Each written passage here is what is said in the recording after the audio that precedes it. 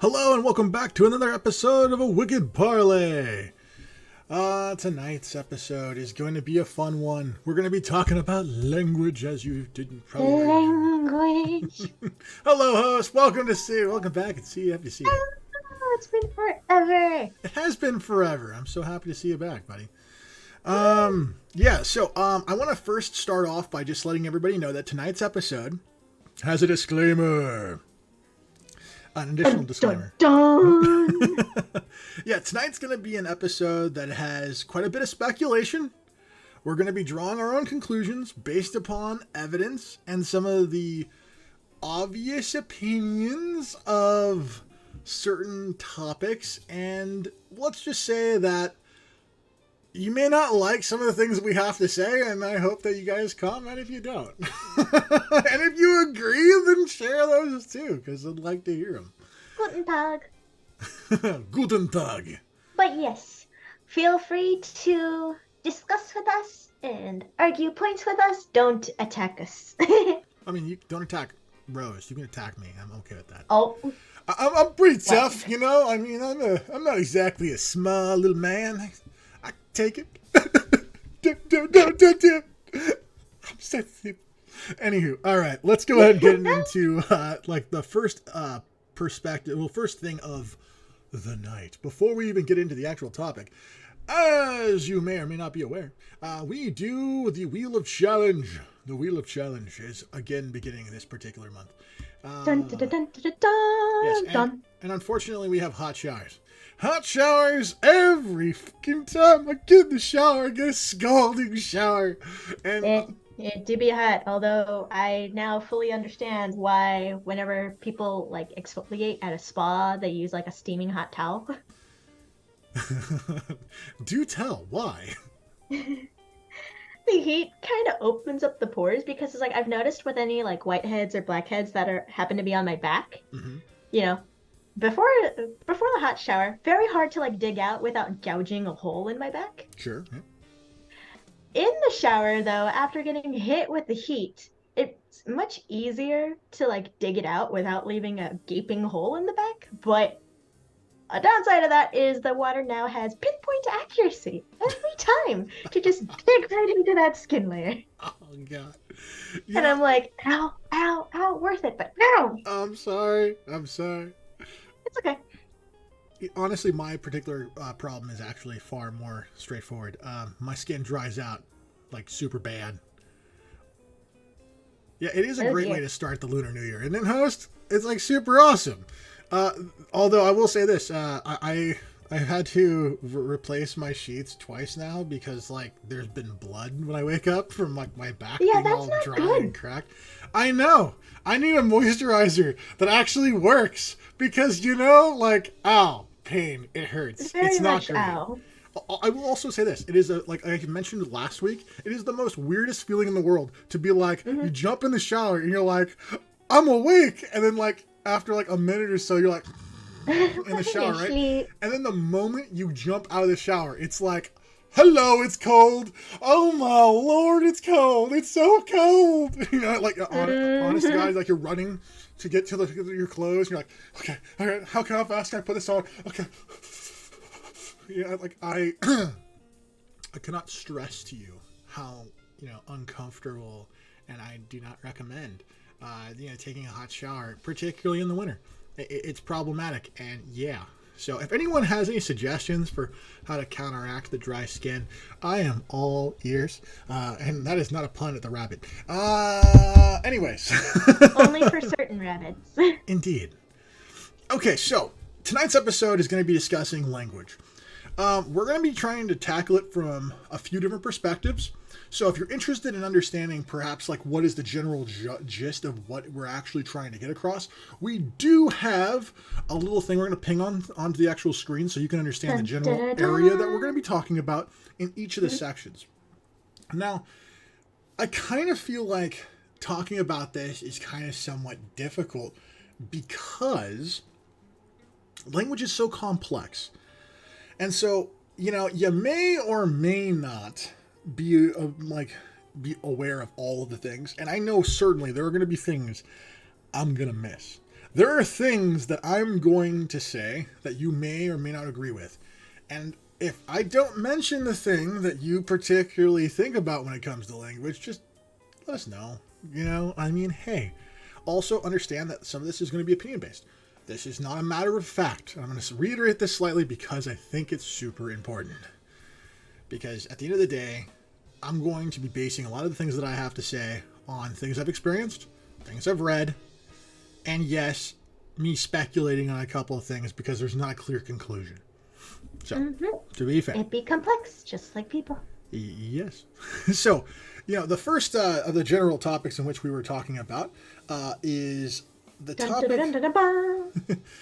language by the generations. When I think about language by generations, I can't help but think of two particular things in like specifics. I can think of the various fun ways of utilizing and circumnavigating the rules set forth by the adult figures. And this, of course, pertains to slang. Because how many different ways can you say cool? I challenge you. How many different ways can you give the implied state of what is cool? A little too many. That's hot. What else have we got? We got this. That's super slick. I typically use neat. Neat. That's fire. Yeah. There are several. Coolio. Oh god, the Coolio. Yeah, come on. And the other thing. Rad. The tubular. We just get all the surfer ones out now, So rad. Just damn. Or slay. Sup. I swear to God, anyone who says bye is like, I'm gonna be like bye, you're gone. Just bye. You just eat off a bridge. Yeah. The other major topic, also pertaining to the way in which language can be sometimes utilized by the generations, has to do with the way in which language is presented. This often takes the form of technology. So both of these things are going to be kind of like talking points. And so I just kind of want to dig in first to probably like slang. And Rose, what do you think of when it comes to slang? And do you have any questions? Let's see. I guess one of the first ones I would have to say would be, how has slang influenced modern culture, especially. Because it's like we hear it all the time, especially with the younger generation, but like also you hear different slang words with different generations. Yeah. So it's like, how has it influenced the modern one? Ah, yes, I definitely can see that. And also, host, I can't help but chuckle like what you put down, specifically the damn Daniel. And I use the word sick all the time, although like I don't know what gang is, but like okay, but I'll take your word for it 100%. I like bazinga. I think slang has influenced modern culture in a lot of ways. I think the main thing that it probably has done is it shaped cultural conversations. Often what ends up happening is that certain terms and things like that are adopted by younger demographics, younger generations from older generations, and then they change some of the language, which we'll kind of get into in a later portion of tonight's episode. But the main thing that I think that's important is that they're all struggling to gain some sort of influence. They're trying to gain some sort of distinction that separates them from what came before them. And so I think modern slang is kind of like one of the many tools that people use to create a sense of self that is different than everything else. So they're building up their identity, and they're utilizing slang terms to create a subculture that they personally identify with, that makes them unique to the previous generations. All right. Fair enough. That reminds me of this one quote of somebody, joking about combining the slang of two different generations. Oh, God. I think the one that made me laugh was, if she breathes, she's a square. And I'm like, what? Yeah, exactly. It's like, what? That is the most ridiculous thing I have heard. What the hell? Oh, goodness gracious. It's like, what type of slang was that? It was the worst kind of slang. That's what it was. It was the bad kind. It was the kind you just kind of fair enough. Yeah, like generations want to make their identity, their little mark on the world, and kind of the most heard one is, well, the slang. Yeah. Besides the protests, but that's another story. Protests. Oh my god. Oh my god, how dare you? How about new? A bit new. You lose! Good day, sir! Right.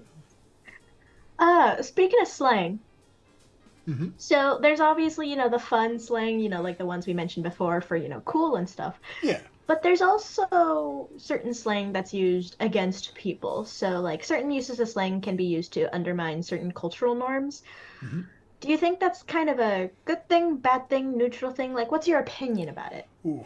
I mean, as a person who used slang to undermine the authority of many adults in my youth, and I don't sound 100 there at all. I would say no, it's a good thing. I mean, like when I was in high school, we utilized kind of funny like terms and words that kind of meant whatever the hell we wanted to. Often we used them to infer, certain curse words. So like one of the words that was made up that kind of like was a slang term. It was like a bunch of sounds that also, if individually broken up, could be considered a word. But it kind of was like whatever the hell it was. It was like Helza Petisare Chanleha.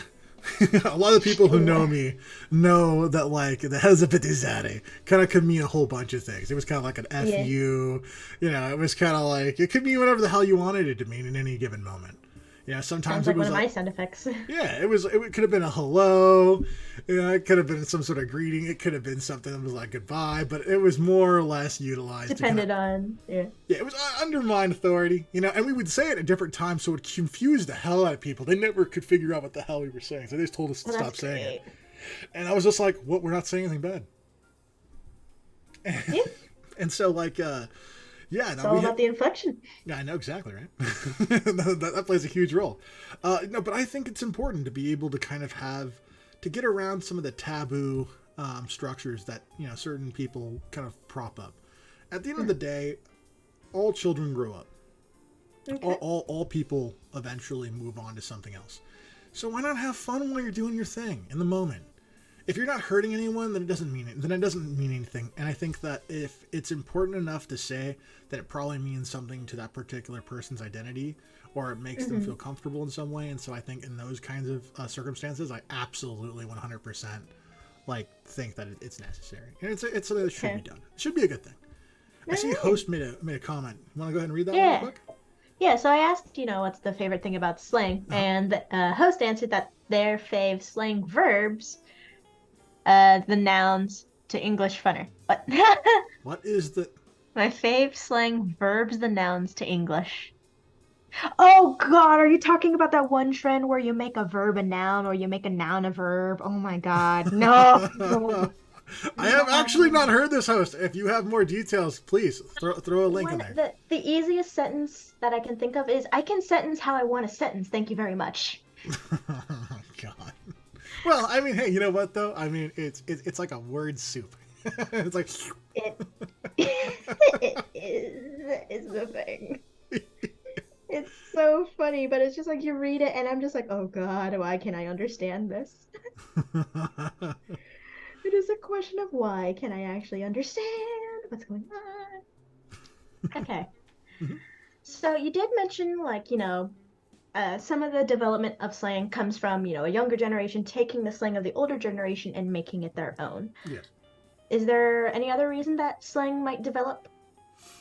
Yeah, there's a lot of reasons. So slang, so like if we get back to the root words of slang, slang can take on many forms. The first and most common use of slang is the shortening of words. So like you make a word that's really large, short, and you infer the similar meaning. And so you can see a lot of adoptions of that as a way of kind of tackling rather tedious language. Another use of slang can often be a way of association. So like say like you have two groups who don't speak the same language, but their languages have certain commonalities. They might use slang to create an intersection where the two languages can kind of like meet. an easy way to think about this has to do with the way in which Spanish and English are often used. You hear Spanglish sometimes, Spanglish, yes. where sometimes it's grammatically set up in a way that's similar to English, but it's all Spanish words. Or sometimes you'll see Spanish words with English words in between in Spanish format. And that happens in the United States a lot, particularly in the southern portions of the United States, like any part of Southern California, Nevada, Arizona, New Mexico, Texas. Okay. You hear that as a pretty common thing. I mean, does it happen everywhere? Is it the same way every time? No. But does it happen? Absolutely. And in fact, I think there was an Adam Sandler movie called Spanglish that you kind of see something similar to that play out in the movie. Of course, it's a movie, so, take it what it is. But yeah. All right. Okay. Well, I've asked you a lot of questions. Do you have any for me, or? Yeah, I do. All right, so okay. For Prepare the people... for me to fumble, everybody. Yeah, Let's go. 3, 2, 1, fight. Oh, dude, what the fuck? How are you fighting? Okay, all right. You know what? We're not even going to get into the sports of this, okay? Because that's a headache in of itself. All right. For those at home who do not know this, Rose has been learning a variety of languages through an app known as Duolingo. Mm-hmm. But there are other applications and other forms of technology that utilize language learning. And so I'm curious to know, how has technology shaped language, in your opinion? Well, at the same time, it's made it somewhat easier to talk to people that speak a different language than you because of online translators, assuming it gets it right. It's also made it slightly easier to have, different ways to learn these languages. Because, like you mentioned, I use Duolingo. I've got 3 language courses going on that right now. Only one of them has gotten any leeway because the other 2 are driving my brain insane. Okay, also, before we continue on this, I'm just kind of curious. Okay. What did you mean earlier when you said, your brain, it wasn't going to work? What was going on there? What do you mean by that? It hurt my head, and I made the mistake of trying to learn them at the same time, which meant all the characters kind of got mixed up in my head. They're jumbled in your head right now. Yes, they did, and they are all kind of languages. The 2 that are driving me insane are languages where one stroke, like one character stroke, means it's a completely different word. And there's no way for you to remember how it's pronounced until you get that pronunciation in your head, stuck. And my memory is the worst. Okay. So it's actually driving me insane, so I've left those 2 on the wayside despite wanting to learn them. Okay, I see. It's bad. I see. It's very bad. I don't like it. Oh, okay. Here's another thing I was curious about too. Do you think? So you mentioned that sometimes languages kind of go wrong. Where a Google translator won't get it correct, and I think we both know this because we have used them before for various other extracurricular activities, and there is some definite issues with Google Translate.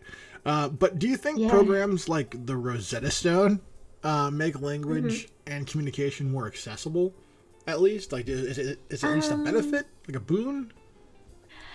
I would say in the past it definitely would have been because there's not as many language apps now because Rosetta Stone and those other programs in the past were kind of the easiest ways to learn those languages because the translators weren't as good. They weren't as instant, so you could kind of learn the basics. Now with programs like Google Translate, you have there's 100 mobile apps which will translate stuff for you. I have 2 of them on my phone. Oh my.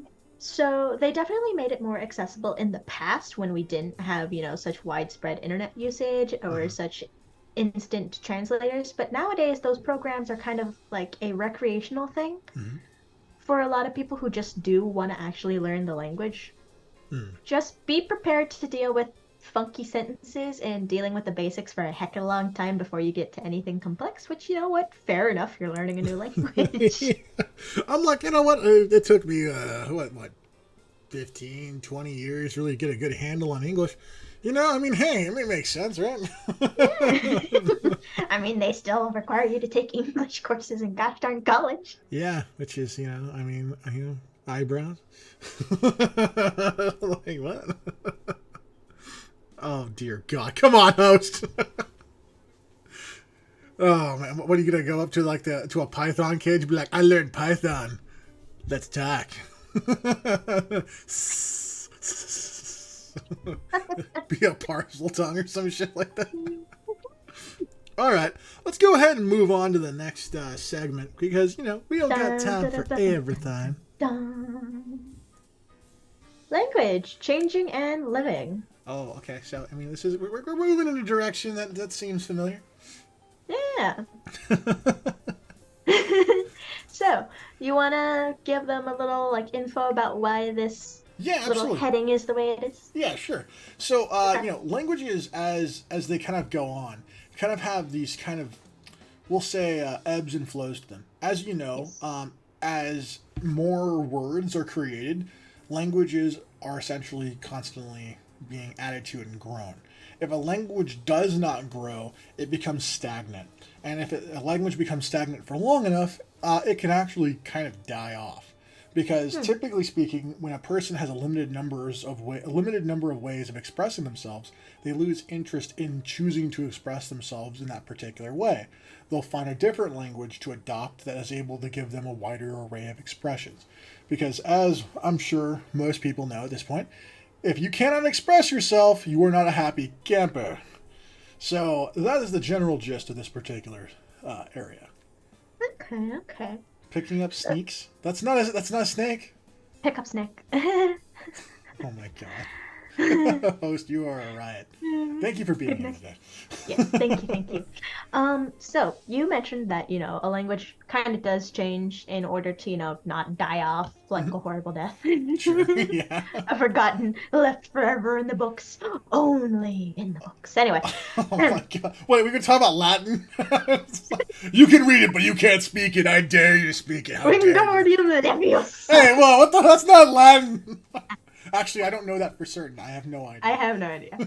Anyway, so with languages changing, in order to survive, how many languages do you think have changed so much that they're kind of unrecognizable to their modern counterparts? I would have to imagine that most languages kind of fall in that category. Look at English, for instance, right? I read Shakespeare, and I'm just like, You're like, there are words here I don't understand. I'm going to have to go look these up. I'm like, what is that? I think punctuation makes up a huge, a dramatic, thing. Yeah. Literally speaking, the way in which we write sentences, the way in which we structure our grammar, it changes what feels like every few years. But, does it kind of change along with the culture, you would say, maybe? Yes and no. I think that, for larger instances of, I'm sorry, I just read what I said. Damn it, I'm distracted. Anyways, I think for larger scale changes, I think they happen much more gradually. I don't think that they happen very suddenly, and usually it's decided upon. There's a legitimate reason for it. But I do think that just the terminology and the word use and the vocabulary is going to change. There are certain words that if you read, let's say you find, for whatever reason, you end up finding a really old book from the 17th or 16th century, a really early one. God.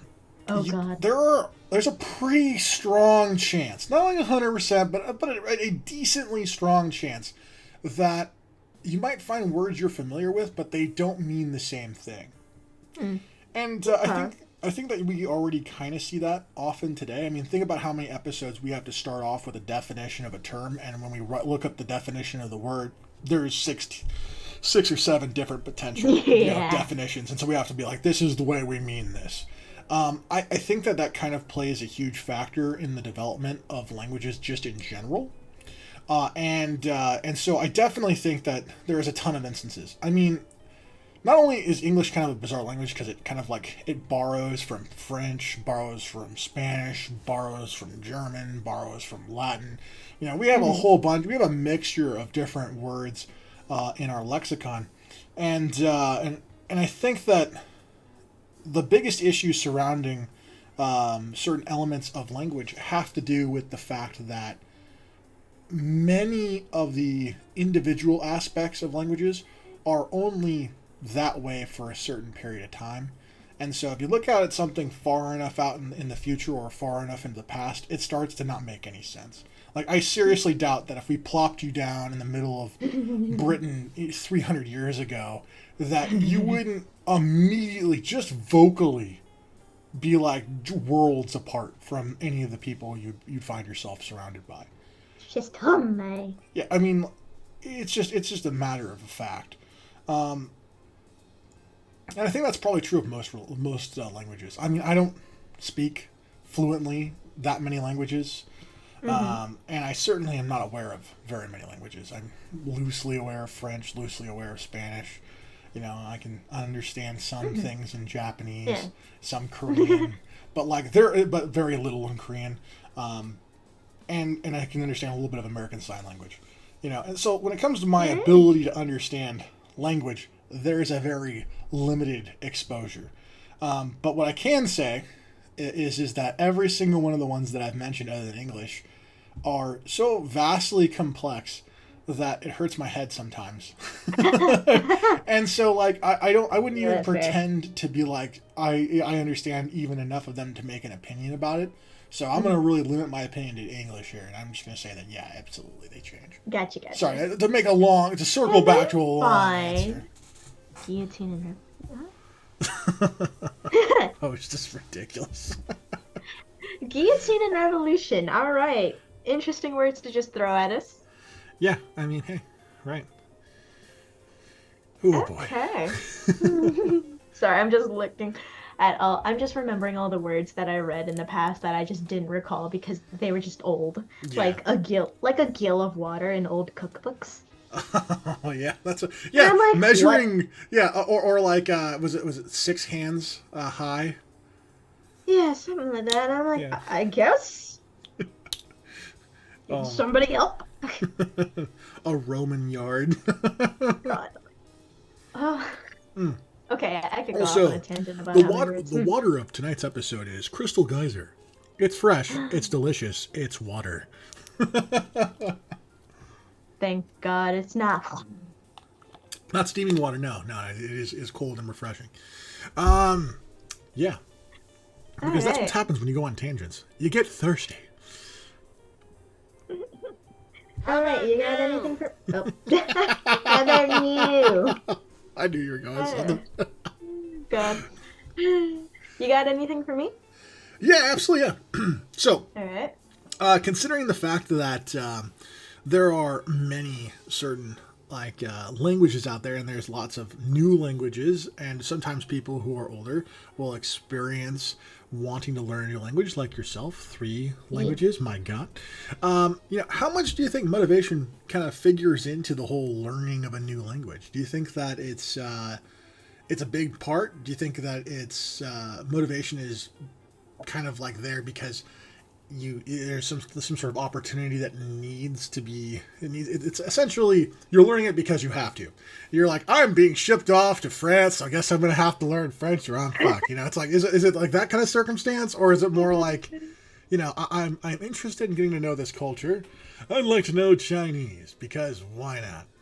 It's like, what do you think? How does motivation configure into learning new languages? Motivation is quite a big part of it because it's the thing that will push you to keep trying when you get frustrated. It's the thing that pushes me when I'm like, oh my God.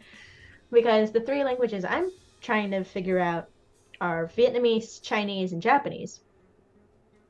2 of them being character languages. So it's just like the reason for most of that, 2 of them is family oriented and the other one's just kind of recreational. I'm still keeping up with the Vietnamese because that one's definitely family oriented. I have fallen off the wayside when it comes to Japanese. However, I also have stories from former classmates of mine where they literally were on, a cultural exchange program, knew the basics of a language, had to kickstart learning the rest because nobody spoke English over there. Oh boy. So it was either they learned the language or they had to stick to bare basics, which didn't help. could help you get around, but it was not enough to have like a good experience. I get that. I mean, like, part of the reason why, like, I'm gonna drag one of my friends to Japan is because they speak, and they read and they can write and they can speak in fluent Japanese.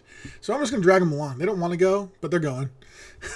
I'm like, I will not get lost looking for a shitter. Yeah. All right, that's just not happening. Canada and U.S. really want to learn Japanese, along with Australia, apparently. You know what? I feel like anime plays a huge role in that.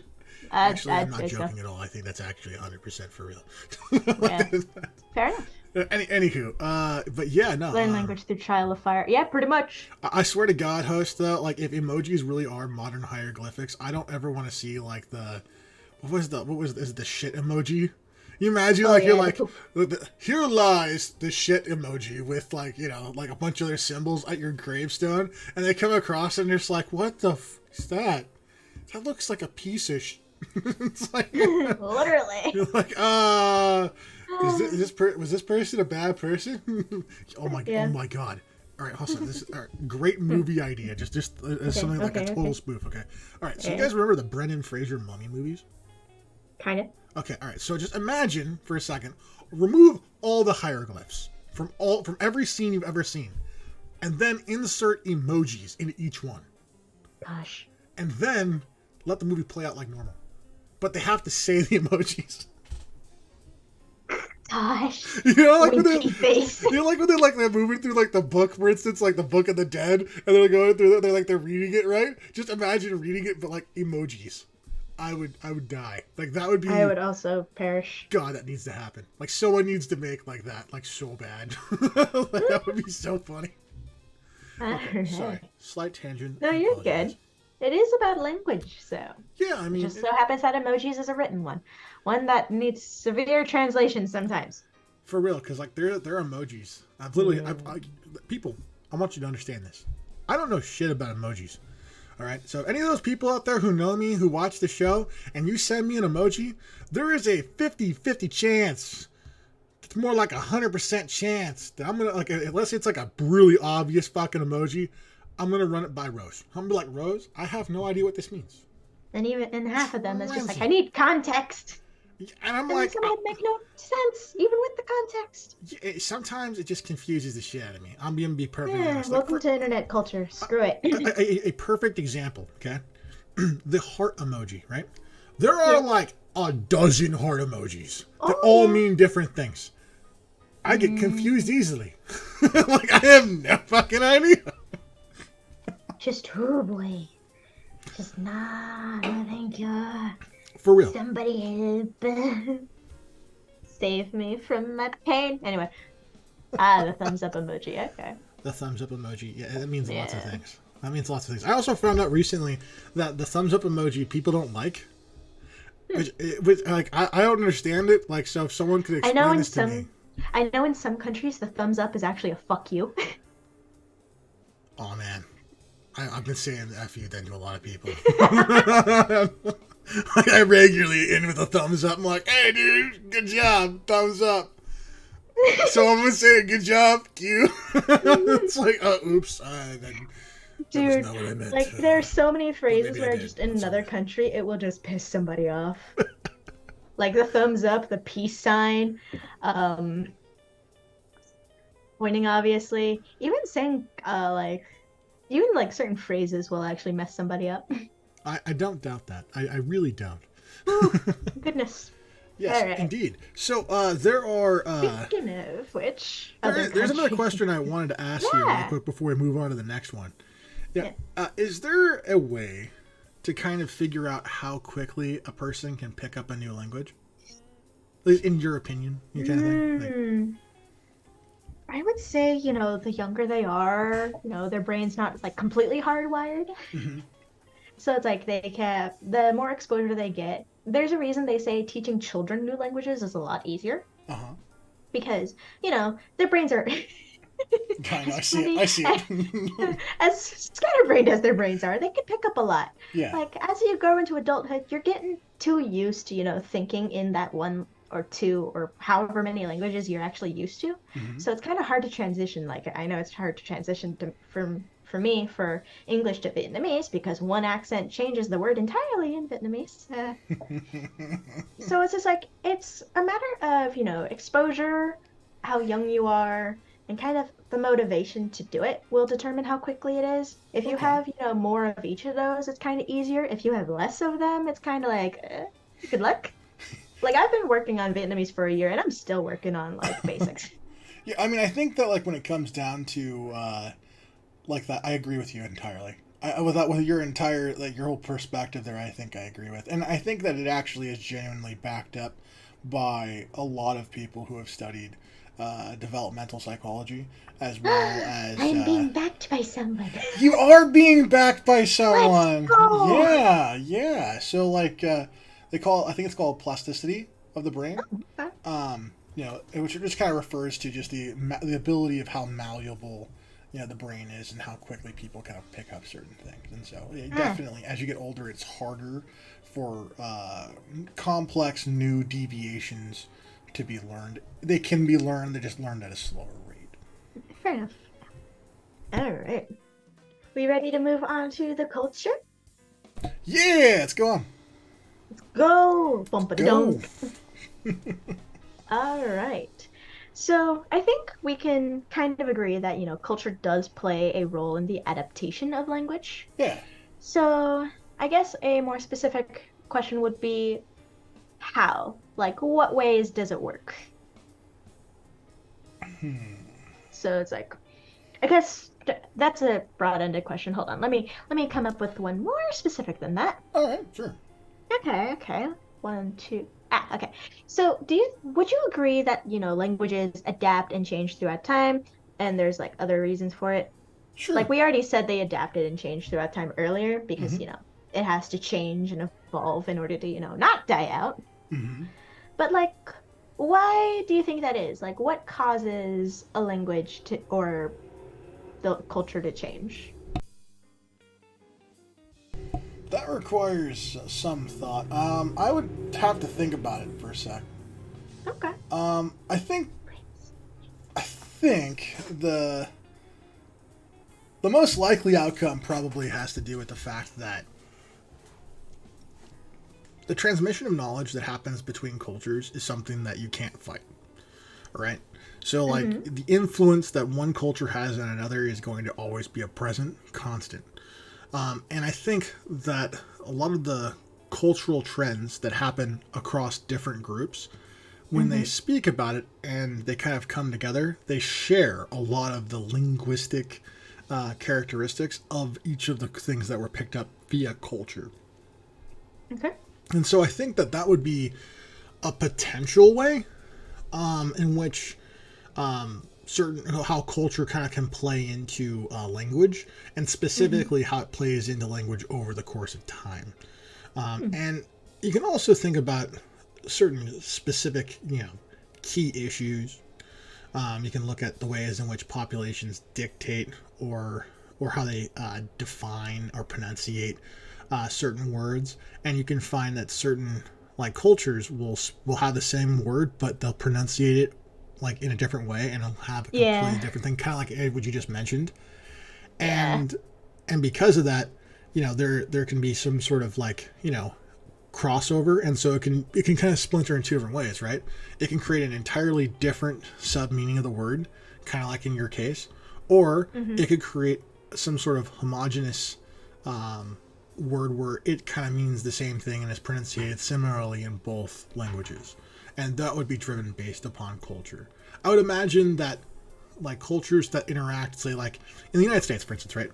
We have French Canadian culture that influences people in the North, and we have a Latino culture that influences a lot of the culture in the South. And anyone who's ever studied American history knows that we're essentially a combination of a bunch of different European countries and their languages being adopted, but English is the main one commonly spoken here. But yet we pick up phrases and terminology and have names of cities that have different people and names and backgrounds. And so by being able to kind of interconnect certain aspects of culture, you can like create certain root words that actually started in a different language and migrated their way over. Well, all right. Yeah. Oh, I see the host had posted two things. Do you want to go ahead and respond to those? Yeah, it's a whole about learning languages when you're younger. The first one was brain is a sponge. It's Yeah. big after sponge of knowledge. Yes. And then the current one is host loves saying the intent of a word when they don't know what the word is. And you know what, though? That's totally fair. It's like something or other, or, wow, what was that word? Yeah, kind of like doing something along those lines, but then when you don't know the word, you start going, it means this, and this, and this, and it's used in this way. Something. And then somebody's going to eventually get it. Yeah. If you're in a room full of people, it really works to start wagging your fingers at you, kind of pointing at you with the palms facing down. You're like, come on, guys. What am I saying here? What am I trying to say here? Oh, God, not this one. Oh, dear Lord, no. No. Come on, host. Come on, man. Yeah, buddy. No. What you doing to me, huh? Jeez. Wouldn't it be where's the child? Okay, that's yeah. No, we're moving on. Come on, There you chug go. along. Oh, All right. I actually have a question for you. Yeah, go for it. I would like you to speculate on some of the Okay. potential things that could happen to a language that was forcibly pushed on other people. Oh, lovely. Besides, butchering the language to piss somebody off. I mean, no, I don't mean it that way. What I mean it is kind of like, like some of the people who live, say, in the Pacific Island region, right? Yeah. Okay. A lot of, let's say, like the Philippines is an example. Okay. Philippines, they have a strong, Spanish influence in their language All right. and in their culture. It was forced on them. They were subjugated. Their original language became, second to what they want, and so like. That's what I mean by it specifically. Okay. I'm not referring to like kind of like other things. Like there's also like African cultures that speak a bunch of different, but French comes to mind, as one that's kind of like pretty popular. All right. Let me see. So if a language has been forced on people, well, if it's being enforced, they're going to have to learn it because there would be consequences, which would probably be why it's being enforced, which could, make people resent it, or anybody like who might naturally come from a place that, has that as the dominant language because, they've been subjugated. They're going to feel a little resentment unless it was done in a nice way. And let's face it, the word subjugation is not nice. No. So it's kind of, so it's like they might, feel some resentment for the people, anybody who might come from a country that naturally has that as the, native language. It also, they might, fight back, try and keep their language because it's almost like somebody's enforcing their culture over the native one. There could be, riots, there could be protests, try and keep what's theirs. Like a sense of cultural identity. Yeah, so it's just like if you strip that away, if you force something upon them, you're diminishing their cultural identity. And it's almost as if you're I forget the difference between infer and imply. Okay. If the speaker is saying it, it's implying. Okay. So it's kind of almost, the enforcers are almost, I guess, kind of implying that, their culture is better than the native one, despite, being the intruder. Yeah. At least that's my opinion of it. So it's like you could either, be completely subjugated and forced to adapt or consequences, or you could attempt to fight back and who knows what those consequences are. You're either gonna, it's just like, for subjugation, there's not much you can do, especially if it's a forceful one. You either accept and adapt, or you fight and hope to God you win.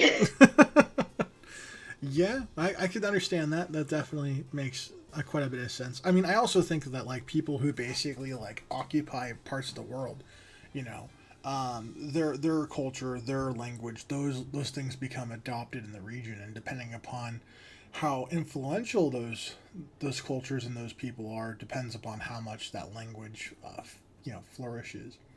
Hmm. So I kind of, yeah. I mean, I get what you're saying, and I kind of agree for the most part. Okay, that was a bit long. My bad. Nah, don't worry about it. It's good. I mean, I had All my own right. tangents too. You know, I think Okay. I think I'd like to wrap it up here. I think we're pretty Okay. we're good. This was a fun conversation. I Yeah, enjoyed I'd it. like to.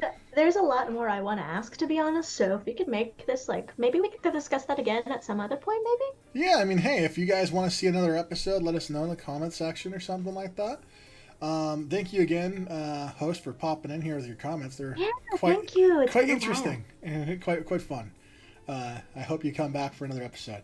And for all you guys who are watching this in the future, know that we're going to be working on some cool stuff. We're going to be working on a couple decent episodes.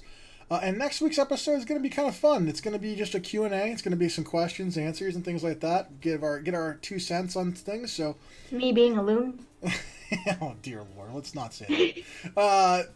What I will say is this: if you guys have any questions, if you'd like to have any answers, about anything that you might be curious about, feel free to shoot us a questions at wickedparley@gmail.com.